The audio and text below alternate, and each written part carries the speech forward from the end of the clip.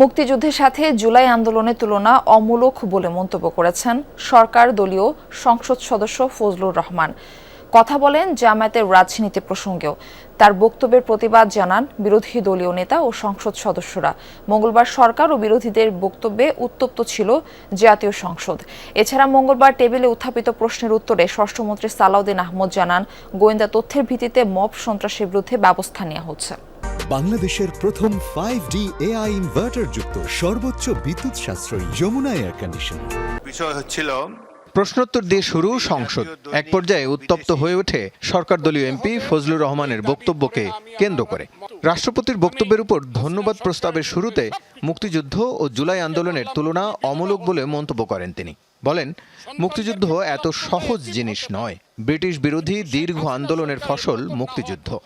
5ই আগস্টের যোদ্ধাদেরকে আমি ছোট করে দেখি না, তবে কোনো কারণে আগস্ট কোনো বিপ্লব নয়। আগস্ট হলো গণ অভ্যুত্থান। সেই গণ অভ্যুত্থানকে যারা মুক্তিযুদ্ধ এবং মুক্তিযোদ্ধার সঙ্গে তুলনা করতে চায়, জুলাই যুদ্ধ এবং মুক্তিযুদ্ধ, তাদেরকে আমি বলবো, সবাইকে আমি বলবো, এই কথাটা বলাই অন্যায়। কারণ মুক্তিযুদ্ধ প্রশান্ত মহাসাগরের সঙ্গে ডুবার তুলনা করা যেমন, হিমালয় পর্বতের সঙ্গে টিলার তুলনা করা যেমন, মুক্তিযুদ্ধের সঙ্গে 5ই আগস্টের তুলনা করা ঠিক তেমনি। আমি কথাগুলো বলছি, 5ই আগস্টের পরে যে ঘটনাগুলো হয়েছে সেগুলো তো কোনো আইনে ইন্ডেমনিটি পাওয়ার কথা না। পরে কথা বলেন কিছুদিন আগে সংসদে আনা শোক প্রস্তাবে যুদ্ধাপরাধীদের নাম অন্তর্ভুক্তি নিয়েও। জামায়াত কোনোদিন সরকার গঠন করতে পারবে না বলেও মন্তব্য তার। এদেশের জঙ্গলে শুধু কোকিল ডাকে না, এদেশের জঙ্গলে রয়্যাল বেঙ্গল টাইগারও থাকে। যতদিন রয়্যাল বেঙ্গল টাইগার থাকবে, মুক্তিযোদ্ধা জিতবে, রাজাকার কোনোদিন এদেশে জয়লাভ করতে পারবে না। আমি চ্যালেঞ্জ করে বলে গেলাম। বিরোধী দলের নেতা বলেছেন উনি মুক্তিযোদ্ধা পরিবারের লোক এবং উনি শহীদ পরিবারের লোক এবং উনি জামাত ইসলাম করেন। এটা ডাবল অপরাধ। মুক্তিযোদ্ধা পরিবারের লোক কেউ জামাত করতে পারে না। আমি আপনাদেরকে আশা করতেছি। তার এই বক্তব্যে উত্তপ্ত হয়ে ওঠে জাতীয় সংসদ। আমি প্রতিদিনই বলি যে রুলস অফ প্রসিডিওর বইটা একটু পড়েন। যদি এই সংসদ যদি বিধি মোতাবেক পরিচালিত না হয়, এটি আর জাতীয় সংসদ থাকবে না। ফজলুর রহমানের বক্তব্যের প্রতিবাদ জানান বিরোধী দলীয় নেতা ডাক্তার শফিকুর রহমান।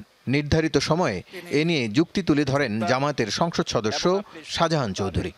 পার্সোনালি আমাকে হার্ট করেছেন। তিনি বলেছেন যে আমি বলে থাকি আমি শহীদ মুক্তিযোদ্ধা পরিবারের সদস্য, তাহলে ইনি এটাকে চ্যালেঞ্জ করছেন। 2 নম্বর, উনি বলেছেন কোনো মুক্তিযোদ্ধা কিংবা শহীদ মুক্তিযোদ্ধা পরিবারের কেউ জামাত ইসলামী করতে পারে না। তাহলে উনাকে জিজ্ঞেস করে করা লাগবে? আমার আইডেন্টিটি নিয়ে প্রশ্ন করা হয়েছে, এটা গুরুতর অপরাধ করেছেন উনি। আবার আমার আদর্শ সিলেকশনের ব্যাপারে উনি কথা বলেছেন, এটা বাড়তি অপরাধ করেছেন। উনি যেই কথাগুলো উল্লেখ করেছেন, আমি মনে করি এগুলোর জবাব দেওয়ার কোনো প্রয়োজন নেই। তার কারণ হচ্ছে জাতি জামাত ইসলামীকে ইতিহাসের কাঠগড়ায় এইবারের নির্বাচনে আনুপাতিক হারে ভোটের সংখ্যার দিক থেকে জাতি আমাদেরকে স্বীকৃতি দিয়েছে আমরা যে দেশপ্রেমিক। এর আগে পরিস্থিতি শান্ত করতে বক্তব্য রাখেন স্বরাষ্ট্রমন্ত্রী সালাউদ্দিন আহমেদ।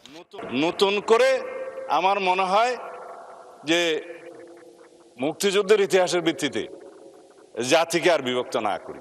মুক্তিযুদ্ধের ইতিহাস যখন বলতে হবে, তখন আমি কার সাথে? আমি হাওয়ার সাথে যুদ্ধ করছি, আমরা রাজাকারের সাথে যুদ্ধ করছি, এবং তাই আমরা এখানে আসছি। মাঝে মাঝে লাইন ক্রস করি, কালকে হয়তো ভালো হয়ে যাব, কিন্তু আপনারা যা ছিলেন তা থাকবেন, তাই থাকবেন। এটা বাস্তব, এটাকে মেনে নেয়াই ভালো। 47, 52 আর 71 এক না। পরে কথা বলেন পররাষ্ট্র প্রতিমন্ত্রী।